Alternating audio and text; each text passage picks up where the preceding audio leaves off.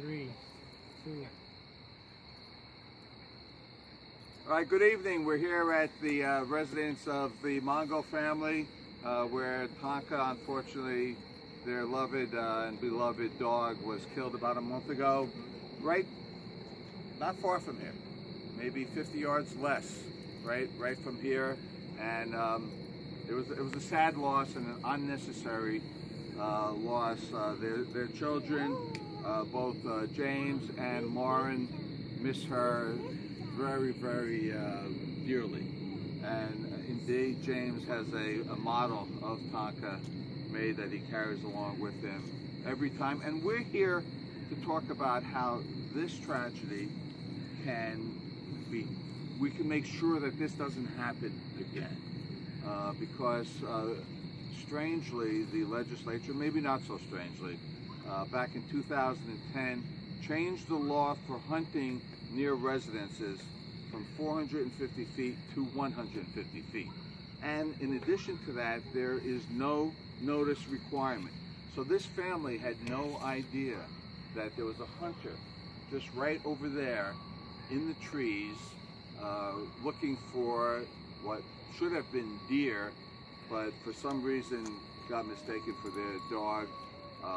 And if we change the law, we can't change the hearts and minds of people and their judgment, but we can make sure that residences, their children and their pets can be safe.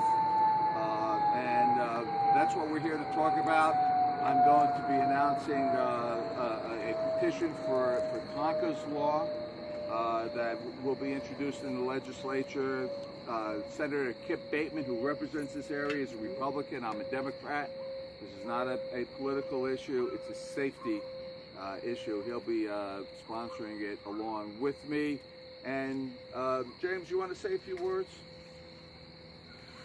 Yeah, I mean, the whole thing is so surreal to me still. I don't understand how someone, when you shoot something, I'm a hunter, so when you identify what you shoot before you shoot it, so I have a hard time believing that he thought that was a coyote. So that's mine, and that's off my chest. But if we knew there was somebody over here hunting, we would take more precautions.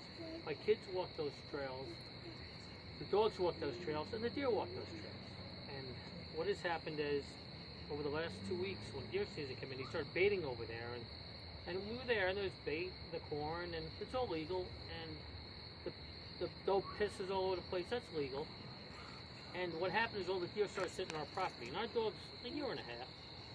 And what has happened is he attracted something different to the corner of our property, and my wife was walking the dog in and pulled away and got away and was playing with the deer.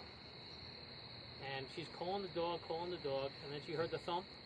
She heard the dog make a noise, and I'm driving home with my son from football, and I don't know what happened. And she's walking the woods when I got there. I drove in with the four-wheeler, and I lit up the stomach, and there was a hole in his heart. So this dog was not moving. This person had a scope on his crossbow, and I still don't understand what happened, to be honest with you. I really don't understand. I understand that. And Jim, I just want to say, yes, deer baiting and bear baiting is legal, but we should make it illegal. Because the problem when there is baiting and they use donuts and human food to attract deers and bears out of their normal habitat, they get used to it, and then they search for it and come into residences when they wouldn't have otherwise. So that's another step we have to take. But right now we have to pass Tonka's law to at least provide the buffer area for residences. Elizabeth, you want to say something? I think really just what I want out of this whole thing is just to know, and for my kids to know that they are safe no matter where they walk on my property and on our neighbor's property, because we are really one big community, and there are a lot of children in this neighborhood, and I don't want any of them to think twice about their safety ever, because that is the most important thing with our kids. We want them to feel safe, and that more than anything, I just want the kids in our neighborhood and all these kids to feel safe. And it's something that should never have happened, and I hope it doesn't happen to anybody ever again because of this. Well, we certainly want to make sure of that. And we have also here a neighbor, Jake, with Tonka's best friend, Willow. Jake, Yep. how are you feeling today about this? I don't know. I get reminded every time I see Willow. I couldn't imagine losing her. So I just hope they, they can pass something so that, we never have to worry about Willow getting loose. Because if anything, she looks 100 times more like a coyote than Tonka did. So I'm always worried about that now. So we try to keep her safe, but we can't do everything. So we hope that something can be done. Well, thank you, and I certainly hope that something can be done, and it will get done. Especially, as I said, with Kip Bateman, who represents this area, Republican on board.